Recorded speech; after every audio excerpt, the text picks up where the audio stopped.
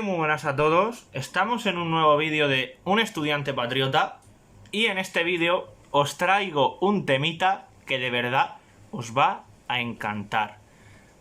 No sé si conoceréis al youtuber Putomikel, un youtuber de historia, que suele subir vídeos de historia, un arqueólogo que hace vídeos hablando sobre historia de forma un tanto extraña y peculiar, por así decirlo. Pues bien, lo que hoy os traigo al canal tiene que ver con él. ¿Queréis que os lo enseñe? Pues adelante. Adelante con la intro.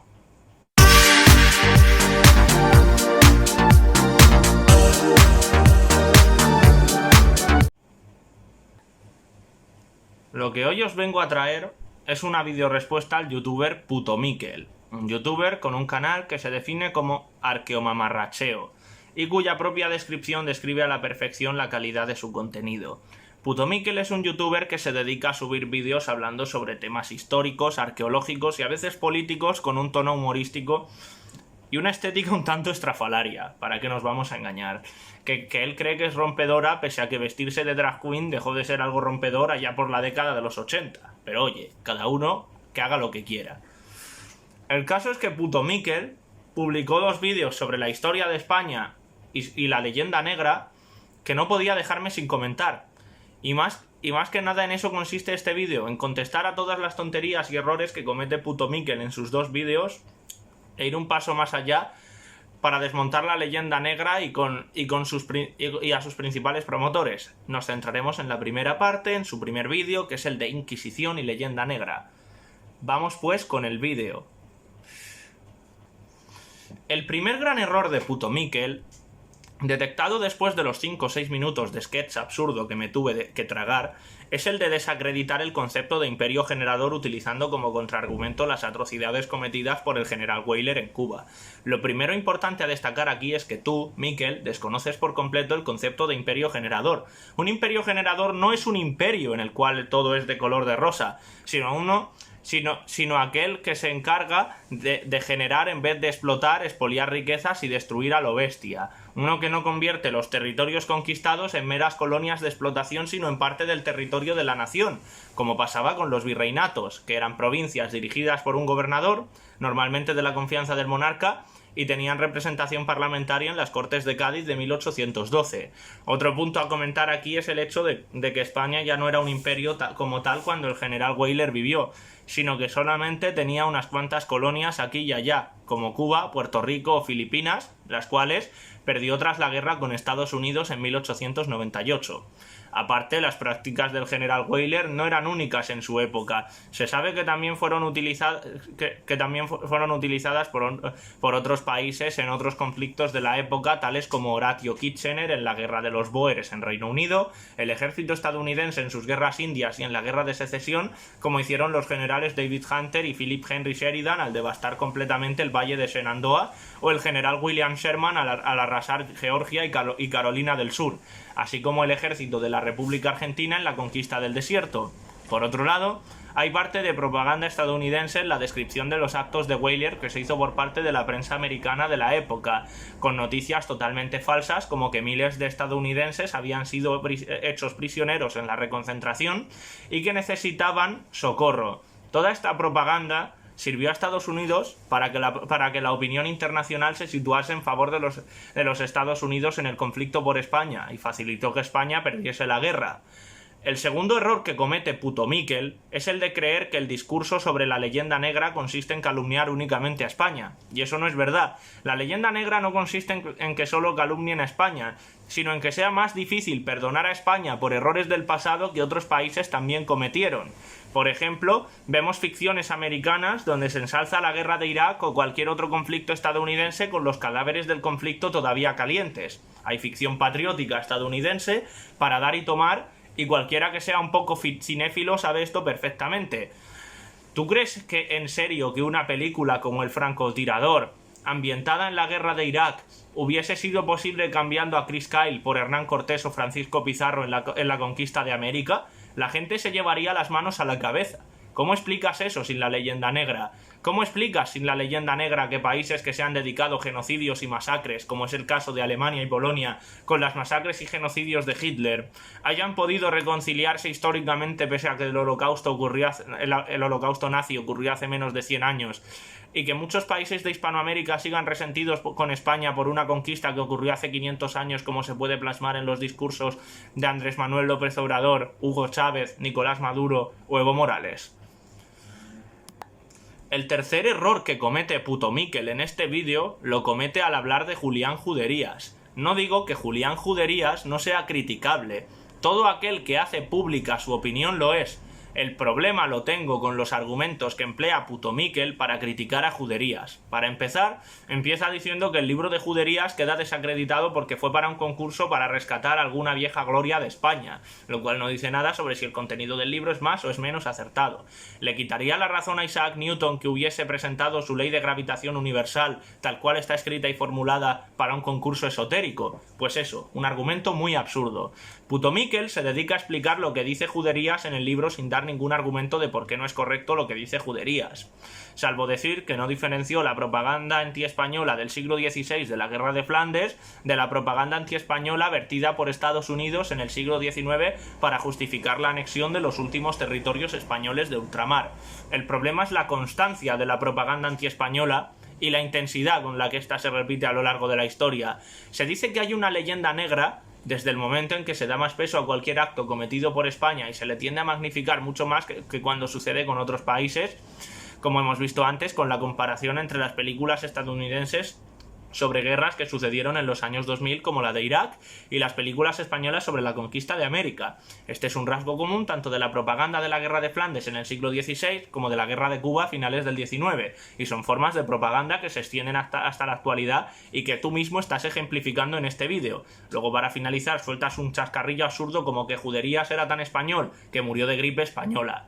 Y te quedas tan a gusto diciendo esa tontería cuando la gripe española ni siquiera fue española, sino que fue notificada en Estados Unidos por primera vez el 4 de marzo de 1918 en Fort Riley, Kansas. La única razón de que se le llamase gripe española fue que, al no participar España en la Primera Guerra Mundial, la prensa española no censuró la información sobre la enfermedad. Pero nada, ahí te quedes tú con tu cuñadismo barato.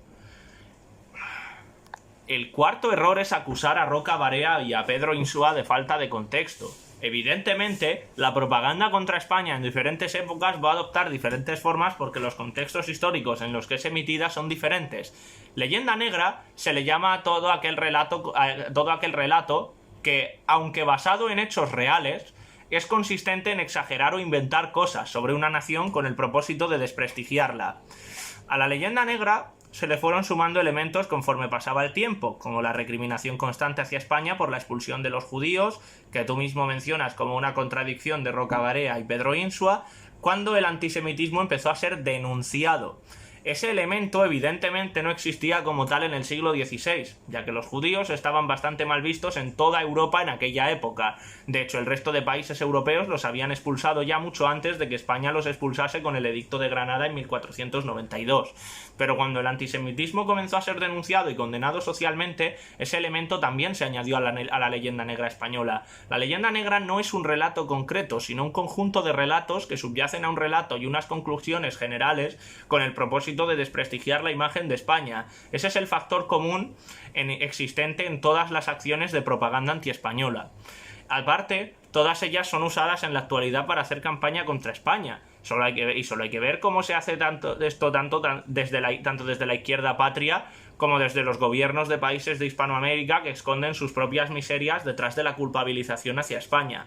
Denunciar la leyenda negra no es estar en contra de ser crítico con el pasado. Es legítimo ser crítico con tu pasado, como también lo es ser crítico con aquellas personas que magnifican los hechos pasados para dar unos tintes al pasado del país que no se corresponden con la realidad ni tienen en cuenta el contexto histórico de los hechos que se critican. Se puede ser crítico con el pasado de tu país sin caer en leyendas negras, evidentemente. Ya luego está también el hecho de que criticar el pasado muchas veces puede ser capcioso desde el momento en que muchas acciones pasadas están enmarcadas en el contexto histórico de la época, en el cual existía un nivel similar o superior de violencia en todos los lugares del mundo. Pero por eso, aunque se puede ser crítico con el pasado, muchas veces se comete el error de hacer la crítica sin tener en cuenta el contexto social, cultural y material de la época en la que acontecen los hechos criticados. Con la conquista de América pasa justamente esto. En el siguiente punto metes cosas que tú crees que nosotros las consideramos negrolegendarias, pero que eres incapaz de comprender el porqué y se te nota. Te puedo decir yo a ti que nuestra cultura tiene más influencia actualmente de los Estados Unidos en pocas décadas que de los musulmanes en 800 años de conquista, que se reduce quizás a algunas tradiciones muy concretas y a ciertas palabras de nuestro vocabulario. Y ya respecto a lo de los podemitas, indepes y gente que reza raro, es que ni lo voy a comentar de lo absurdo que es. Esta batalla historiográfica y cultural va mucho más allá de ir en contra de los podemitas indepes que rezan raro. Aparte, usas calificativos como el de propaganda patriotera para referirte al libro de Julián Juderías, que como repito, seguro que Juderías cometería errores, al igual que Rocabarea puede también hacerlo, pero despachar libros cuyo contenido es de tanta extensión en expresiones tan vacías y huecas, sin ningún argumento detrás que lo respalde, es desde luego poco serio por tu parte, Miquel, perdona que te lo diga. Ya vestido de inquisidor cutrón, vuelves a repetir que el objetivo del discurso contra la leyenda negra es ir contra los catalanes, podemitas y gente que reza raro. No es así en absoluto. Si el discurso contrario a la leyenda negra ha cobrado fuerza en estos últimos años, no tiene nada que ver con eso, sino con la utilización nuevamente de la leyenda negra española por parte de ciertas élites políticas españolas y extranjeras. Llámese partidos hegemónicos españoles, gobiernos populistas de Hispanoamérica como el de Chávez, AMLO o Evo Morales, o países como Inglaterra o Estados Unidos. He de recordarte que la sede de la nación mapuche se encuentra en Bristol, Inglaterra. A los indepes, podemitas y demás gente con posicionamientos antiespañoles se les puede desmentir fácilmente sin recurrir a hablar de leyenda negra. Muchas veces, con sus propios datos y argumentos, se les puede desmontar, que de hecho ya haré seguramente otro vídeo hablando de las mentiras independentistas, pero en esta ocasión no toca, aparte de que no quiero alargar mucho el vídeo. El caso es que la razón por la que se habla de leyenda negra es porque existe un relato continuado de propaganda antiespañola que, contrario a haberse disipado con el paso del tiempo, sigue extremadamente vivo. Solo hace falta ir a darse un paseo por cualquier cuenta de un tuitero promedio cada 12 de octubre para encontrarse con el hashtag nada que celebrar rondando por todas partes, o ver cómo las declaraciones de ciertos políticos en Hispanoamérica siempre han sido claramente antiespañolas, como en el caso de López Obrador, Evo Morales, Hugo Chávez o Nicolás Maduro, así como himnos que aún contienen cierto contenido antiespañol que podría calificarse de negrolegendario, como el de Venezuela. La leyenda negra consiste en pintar a España como un estado malvado y opresor en base a relatos muchas veces exagerados. Consiste en minar la imagen de la nación española para dar la imagen de ser esta una nación de retraso social y científico. De ahí que se incluya a la Ilustración como partícipe de la leyenda negra.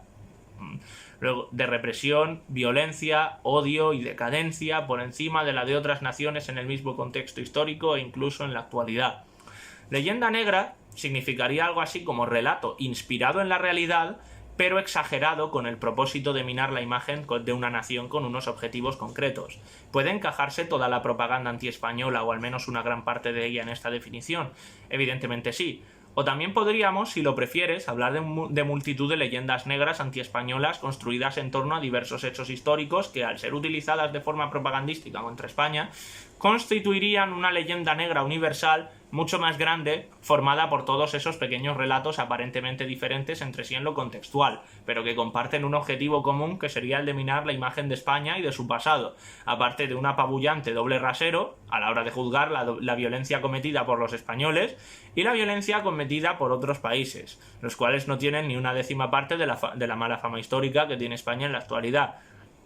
La leyenda negra sería sobre España en general, no solamente sobre la conquista de América, aunque este sea su componente principal.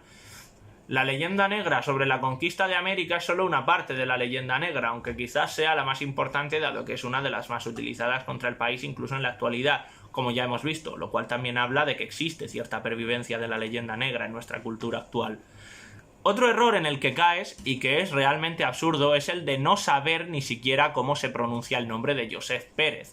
Tú le llamas Pérez, pero por muy francés que él sea, su apellido sigue siendo Pérez, ya que él era hijo de dos emigrantes españoles de la localidad valenciana de Bocairente, y por tanto el apellido es español. Y no podemos olvidar, cuando tratas de minimizar toda la propaganda antiespañola vertida en la brevísima por un texto que se introduce al principio. Lo cierto es que la mayoría de gente que lea el libro no se va a parar a leer ese texto del principio, como sí que se parará a mirar los grabados de torturas y ejecuciones de Theodore de Bray, que fueron introducidos en el libro, porque una imagen vale más que 1000 palabras y eso los propagandistas lo saben a la perfección. El siguiente error que comete Miquel es el de considerar que la leyenda negra perdió su función y desapareció después de la Guerra de Flandes, cuando lo único que hizo fue simplemente adaptarse. La idea de la propaganda antiespañola sí que era demonizar al Imperio español, tratando de exagerar lo máximo posible la violencia cometida en la conquista de América. De hecho, está demostrado que Fray Bartolomé de las Casas, en la brevísima relación de la destrucción de las Indias que tú has mencionado aquí, infló cifras y exageró hechos para llamar la atención del rey en aquel momento, que era Carlos I.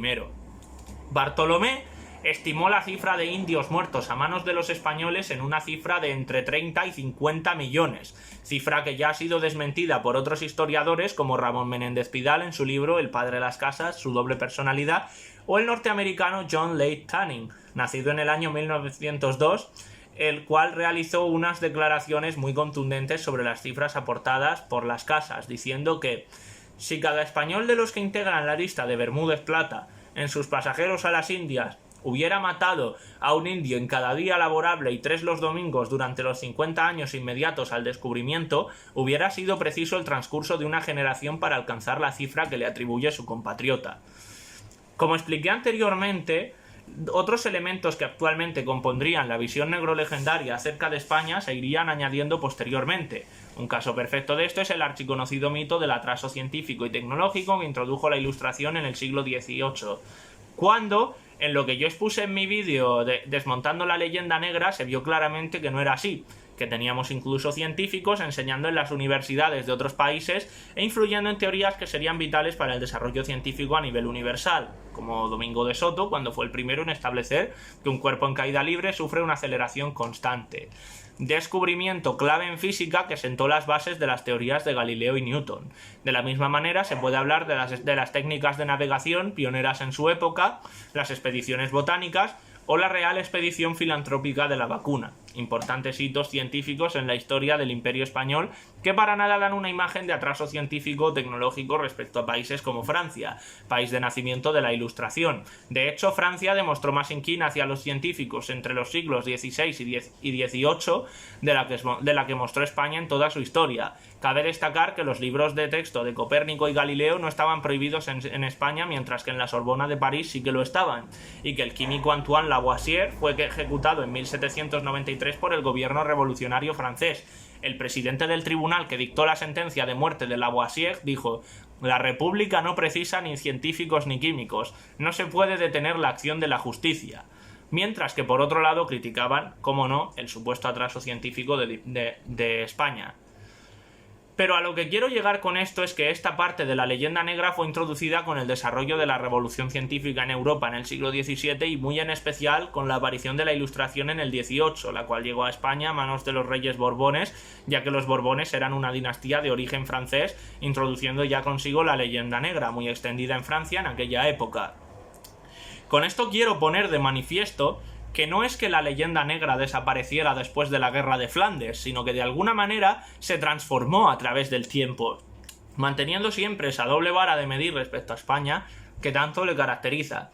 Esto explicaría la supuesta falta de contexto que tú criticas en los autores hispanistas. El siguiente error que comete puto Miquel es decir que la propaganda contra el sur de Europa por parte de holandeses, alemanes, ingleses y franceses, consistente en llamarnos vagos y holgazanes, viene de la gestión económica del sur de Europa en los últimos 150 años. Cabe destacar que la propaganda siempre ha sido anticatólica en general y antiespañola en particular, y el sur de Europa es mayoritariamente católico. Aparte de que es totalmente falso porque los tópicos contra el sur de Europa son muy anteriores. Montesquieu ya llamaba vagos a los españoles en sus cartas persas. No a los latinos en general, solo a los españoles. Obviar esto es directamente negar la realidad. El supremacismo de los países protestantes respecto al trabajo, del cual viene el mito de los españoles vagos y holgazanes, procede de la ética protestante del trabajo, un concepto que, aunque acuñado por Max Weber en su obra La ética protestante y el espíritu del capitalismo, de los años 1904 y 1905, ya era desarrollado por los luteranos. Lutero y sus correligionarios consideraban el trabajo mundano como un deber que beneficia tanto al individuo como a la sociedad en su conjunto. Por tanto, podríamos decir que los tópicos sobre el sur de Europa provienen de la propaganda protestante contra el catolicismo creada en el siglo XVI durante la Reforma Protestante, y no de su gestión económica en los últimos 150 años, como afirmas en tu vídeo. El siguiente error es decir que Roca Barea y Pedro Insua tratan de disculpar la expulsión de los judíos, cuando en absoluto es así. En ningún momento esto trata de disculpar hechos históricos pasados. Se trata de ponerlos en su contexto, y lo cierto es que España fue uno de los últimos países europeos en expulsar a los judíos, siendo estos expulsados de España por los reyes católicos mediante el Edicto de Granada en 1492. Mientras tanto, por fijar un punto de comparación, el rey Felipe Augusto de Francia ya expulsó y confiscó los bienes a los judíos en el año 1182, produciéndose después 3 expulsiones más en el mismo país en los años 1306, 1321 y 1322 y 1394. En Inglaterra, los judíos fueron expulsados en el año 1290 por orden del rey Eduardo I de Inglaterra, 2 siglos antes de que en las coronas de Castilla y Aragón. El reino de Navarra tardó incluso más, procediendo a su expulsión en el año 1498 por orden del rey Juan III de Albret, mediante presión de los reyes católicos, todo sea también dicho. Y lo más gracioso es que eres tú mismo quien da todos estos datos para luego decir que Roca Barea y Pedro Insua tratan de disculpar la expulsión de los judíos. Con esto lo que te quiero decir, Miquel, es que Roca Barea y Pedro Insua evidentemente no tratan de disculpar la expulsión de los judíos porque es indisculpable. Lo que sí se hace es ponerla en el contexto histórico en el que corresponde que sea puesta. ¿Entiendes eso? Pues vamos al siguiente punto.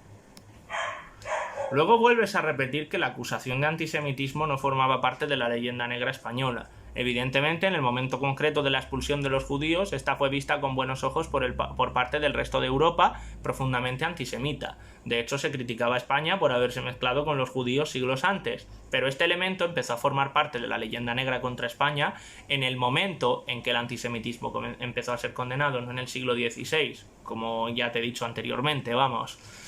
Mientes cuando dices que Roca Barea y Pedro Insua afirman que la leyenda negra en aquella época incluía la expulsión de los judíos. Para nada.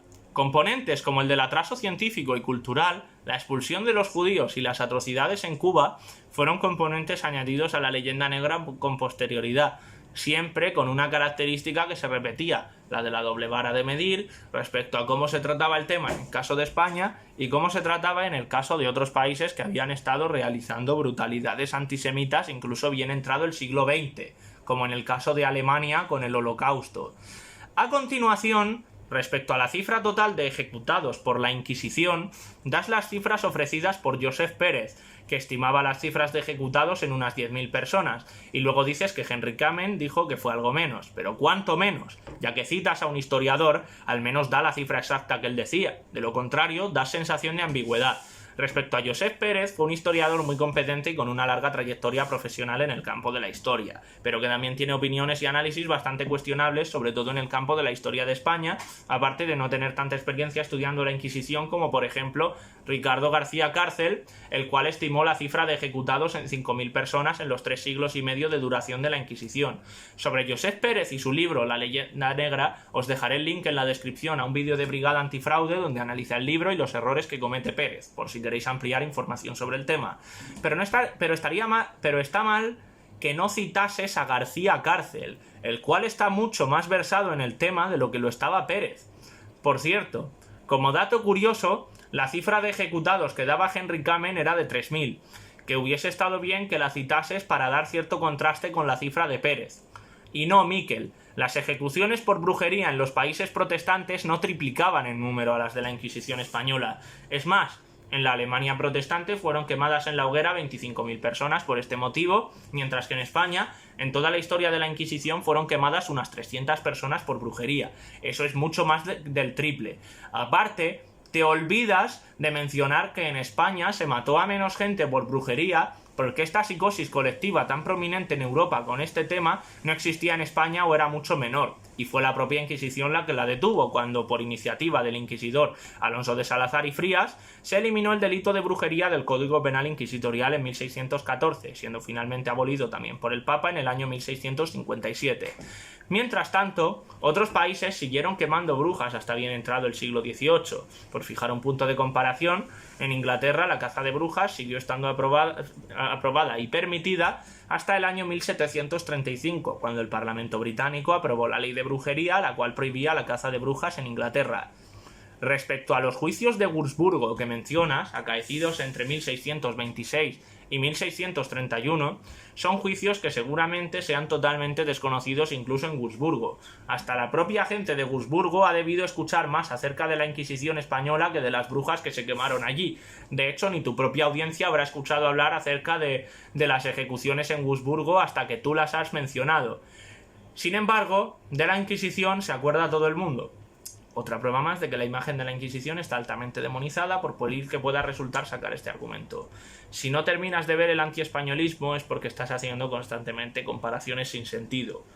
Y esto no es ningún y tú más, sino que se trata únicamente de criticar la hipocresía de ciertos países que acusan a España de haber matado mucho cuando ellos mataron muchísimo más. Es como si Jack el Destripador, Adolf Hitler o Ted Bundy criticasen a otras personas por matar.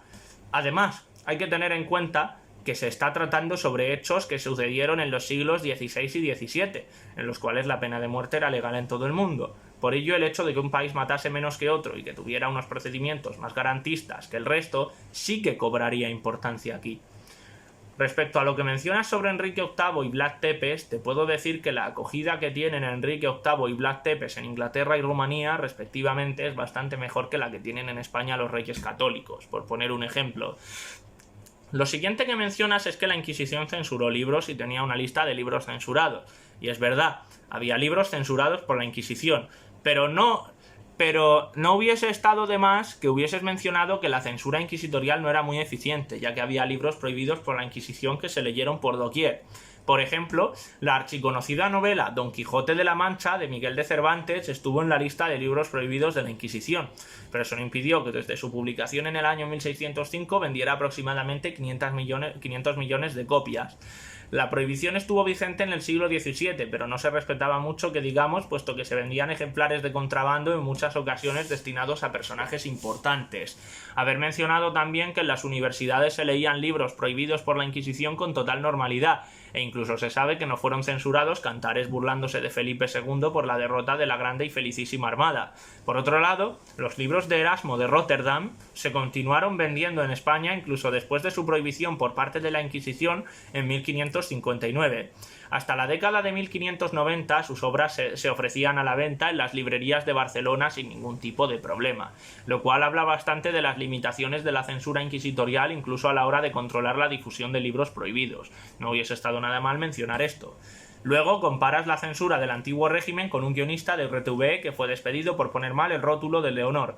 Eso no es censura, Miquel. Simplemente es despedir a alguien por no saber hacer bien su trabajo y manipular la información, que es muy distinto. Un ejemplo de censura sería que en redes sociales te tirasen la cuenta por dar una opinión contraria al feminismo o al lobby LGTBI, pero esto evidentemente no te interesaría mencionarlo porque eres progre y solo sacas aquello que beneficia a tu discurso.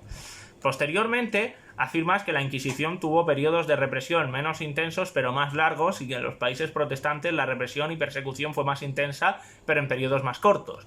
Y no, Miquel, en los países protestantes se quemó más y durante más tiempo. En el caso de la brujería, por ejemplo, como te he mostrado, ya se dejó de quemar en la hoguera a personas en el año 1614, cuando la propia Inquisición, por iniciativa del inquisidor Alonso de Salazar y Frías, se abolió este delito del Código Penal Inquisitorial, mientras que en otros países se siguió quemando hasta el siglo siglo XVIII.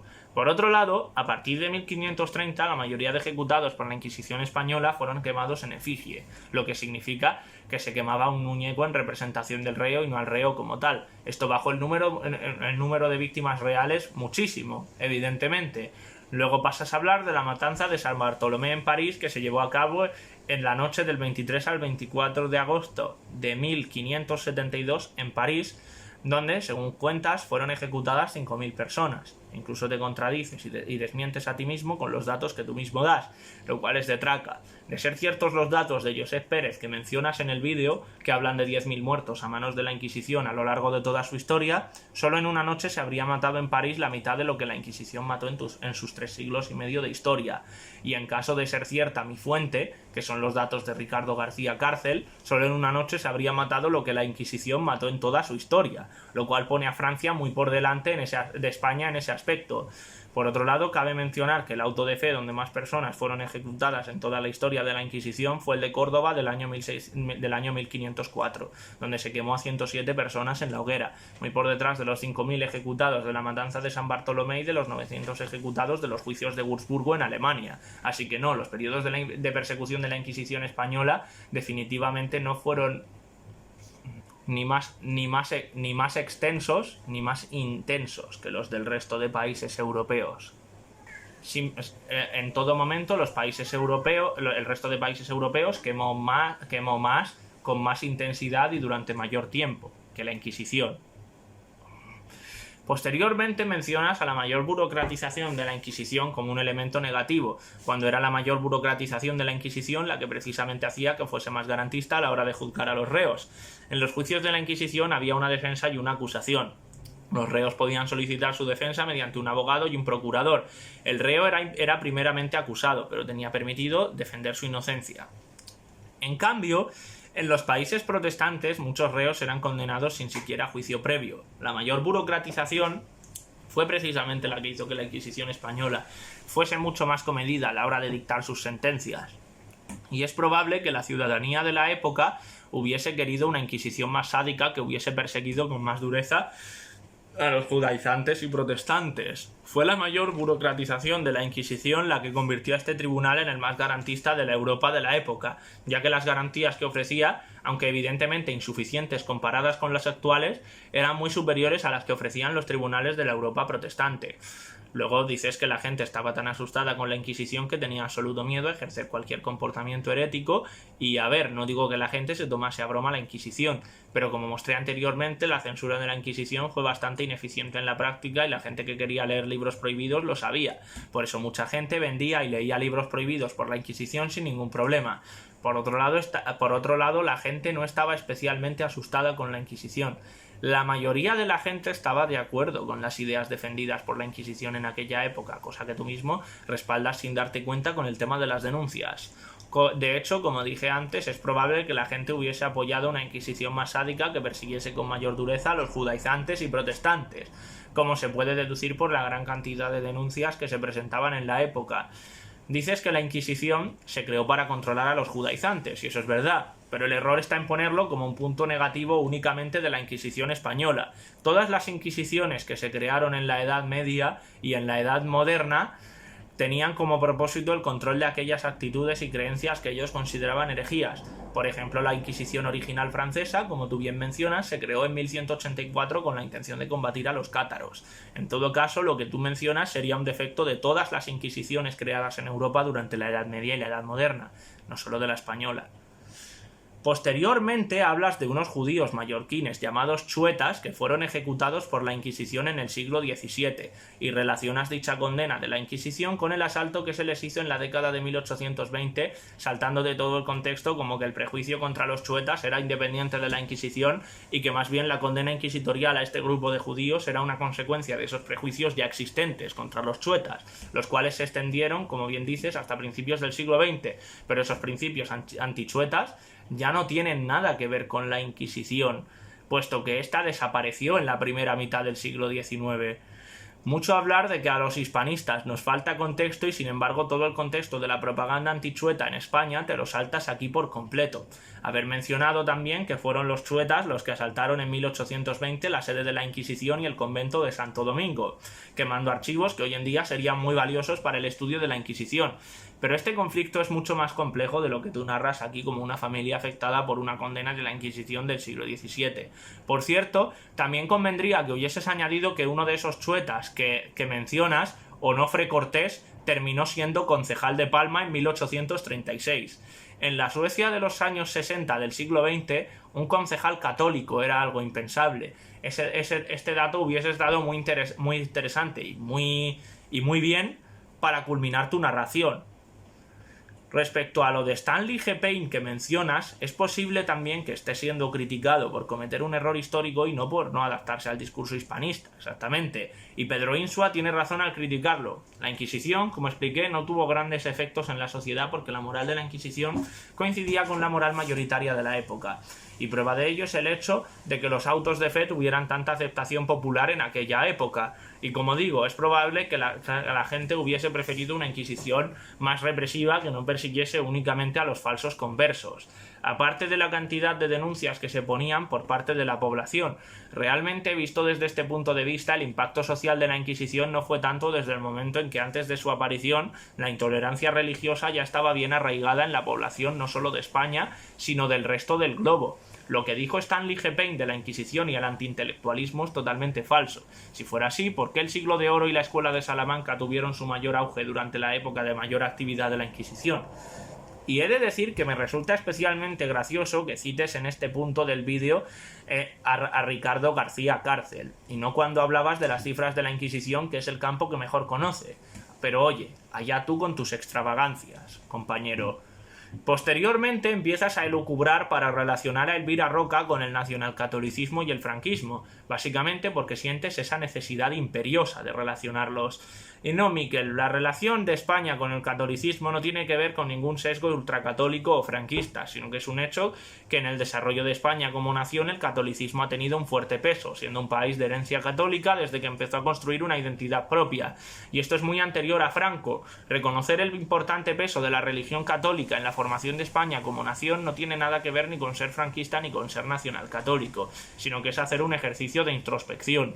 La religión católica es parte de la identidad nacional española, y esto puede reconocerse sin necesidad de ser creyente, no sé si lo sabías, lo cual no implica querer imponer el catolicismo como doctrina oficial ni nada parecido, simplemente reconocer el peso que éste ha tenido en la historia de España.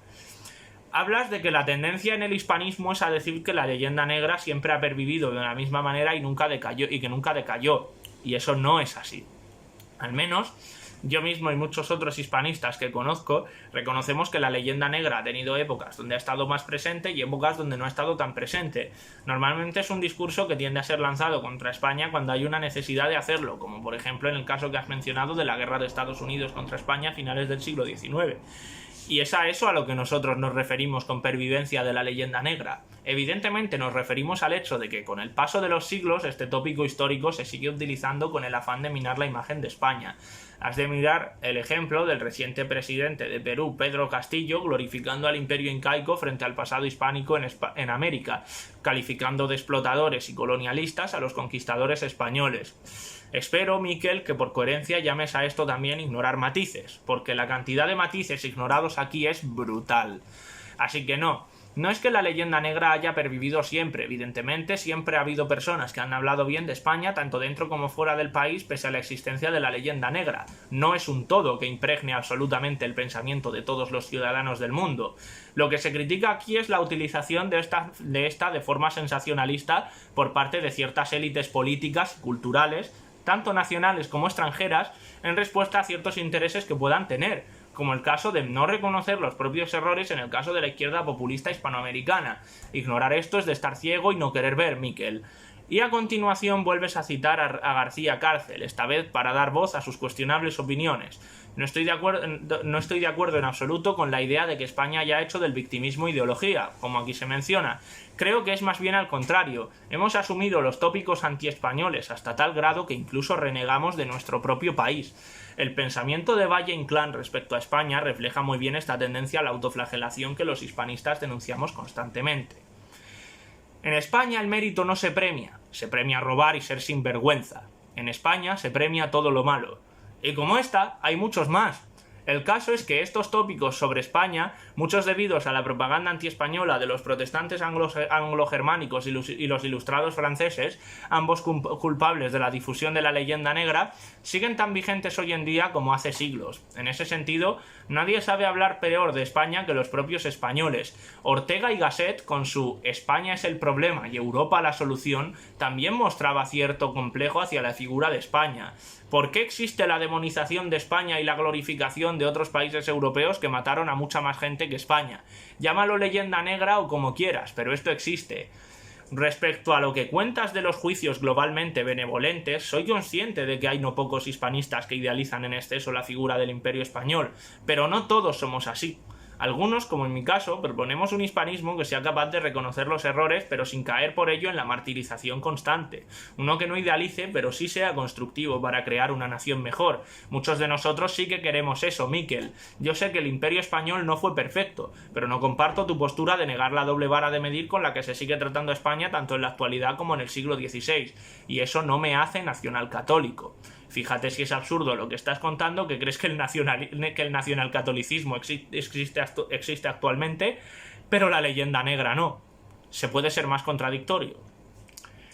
Y dicho esto, prometo también hacer una segunda parte para hablar de los errores del segundo vídeo de Miquel sobre la leyenda negra. Quedaos a verlo porque va a ser mejor que el primero. Y bueno, hasta aquí el vídeo de hoy. Y Miquel, si ves este vídeo, que no lo creo tampoco, ahórratelo de llamarme nacionalcatólico, que no suenas más dramático haciéndolo, sino más ignorante. Y nada, muchísimas gracias por haber visto este vídeo, los que os hayáis quedado hasta el final. De verdad, muchísimas gracias por verlo, por dedicar vuestro tiempo. Y de verdad os digo, cuidaos muchísimo. Suscribíos a mi canal, activad la campanita para obtener nuevas notificaciones y